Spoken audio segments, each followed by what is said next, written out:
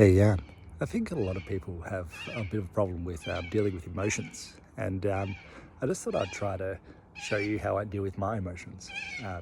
Just while I balance on this tree for my afternoon tree meditation.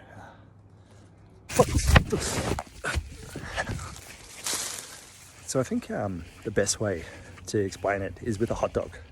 Now here we have a hot dog. Now a hot dog can be a good hot dog, it can be a bad hot dog, it can give you good feelings, give you bad feelings. But if you continue chewing, or acting and living through your life, or eating a hot dog in this scenario, you're going to get to the end of whatever that emotion is, and then you're going to start a new emotion. And that's how emotions work.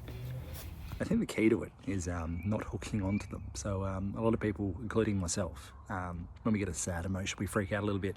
And what that tells the brain is this is a threat and I need to deal with it. So you're constantly on this loop of trying to deal with this emotion. So it's sad and you're like, this is scary. And your brain keeps going, this is a threat, I need to fix it, I need to fix it, I need to fix it, I need to fix it.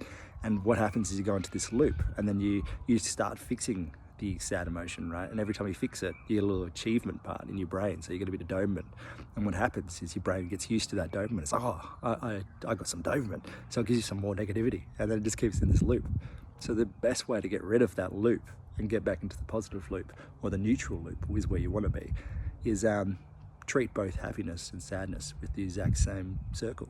And don't worry about it. Just go, I'm a bit anxious today, or a bit sad today, and just continue doing whatever you're doing, and you'll find yourself get back into that normal loop, because your brain will get bored. Your brain gets very bored, and once it gets bored, then you're back onto the normal loop.